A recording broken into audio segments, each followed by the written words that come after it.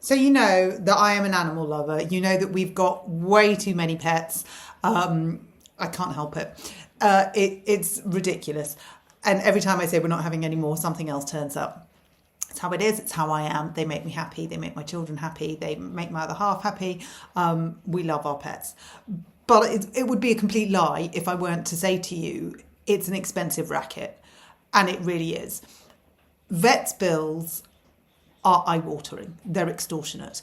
But yet I have a moral obligation I've chosen to have these animals, so we need to look after them the best we can. I have pet insurance for all of my animals. Now, I've spoken before about my absolute disregard for insurance. I hate it.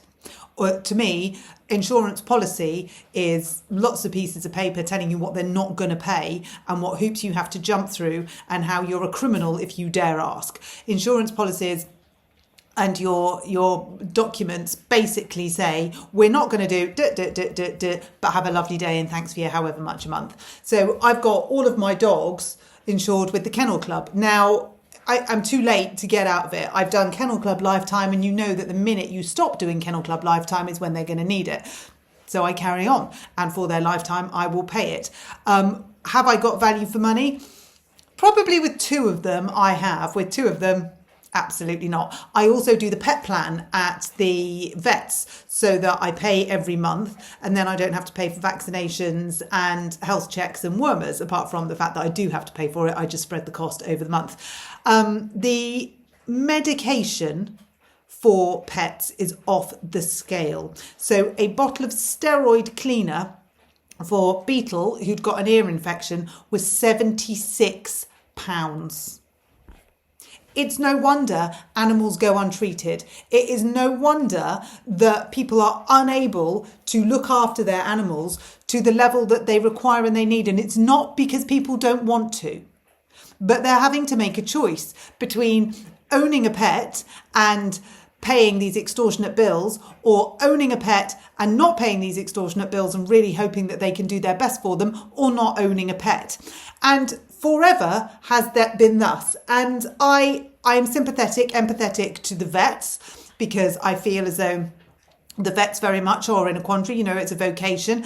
They have an ethical code and all they want to do is the right thing by the animal. And I have not met one vet that has not put my animals first. And for that, I applaud them. I'm in awe of them. I adore them. But of course, the vets need to be employed. We need veterinary practices. And this is where I think there's a chink in the chain, because it's when the big companies start getting involved that we stop being customers and we start being an irritation and a cash cow. So, I mean, I'm a massive fan of All Creatures Great and Small. It's my thing. Channel 5 every evening, the Yorkshire Vets, All Creatures Great and Small. I mean, literally anything to do with animals, I'm in. I'm on it. And gone are the days when you could knock on the door, James Herriot would see your dog and, oh, don't worry, Mrs. Periwinkle, cup of tea'll do it. And you're like, there you go. Now it's, oh, okay, thanks very much, Anna. That's £276. What the? For expressing anal glands? I mean, nobody likes doing it, but, you know, that and a nail trim. So I now do it myself. But it's disproportionate. So, and this is the bit that's going to come as a shock to you. I welcome a tweet today. Now, Rachel Reeves is obviously getting on the back of it because she wants to look popular with the pet owners, but it's kind of worked a bit. She says, welcome news for millions of pet owners that they could save hundreds every year on their vet bills. I will carefully consider the CMA's finding to make sure that the sector is working for pet owners, working for vets and working for businesses.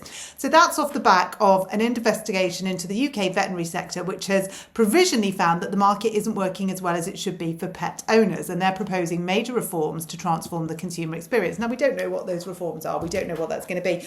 I don't even know if Rachel Reeves knows what those reforms are going to be. You can bet you bottom dollar it will result in saving like £3 a year or something, but it's better than nothing, I suppose. But here's my irritation. We are having our Chancellor of the Exchequer posting how grateful she is that there's going to be an investigation into the reform of pet owners. But there's not an investigation into the reform of VAT on education. But that's not working as well for child owners' parents, is it? No. Nursery fees, they're not working as well for child owners, are they?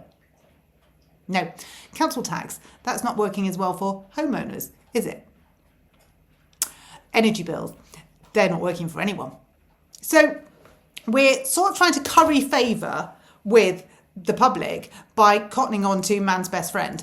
Yet, again, it's another spurious attempt at being relatable when the reality is, I doubt she'll really do anything. We don't know any of the details. We haven't heard what this looks like. We've certainly not heard anyone saying, do you know what, we're going to absolutely slash the cost of prescription medicine for people for animals.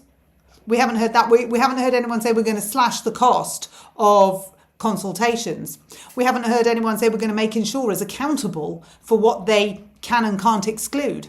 That is the biggest, I would say that is the biggest thing that anyone could ever do.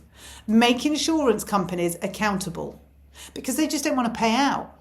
Because people are trying to look after their animals more and more, and we're being sold policies that we believe will get us out of a dark day, and then when it comes to it, there'll be an exclusion on it because the third hair down the back of their tail was a different colour to the one that you said it was. It's mind-blowing.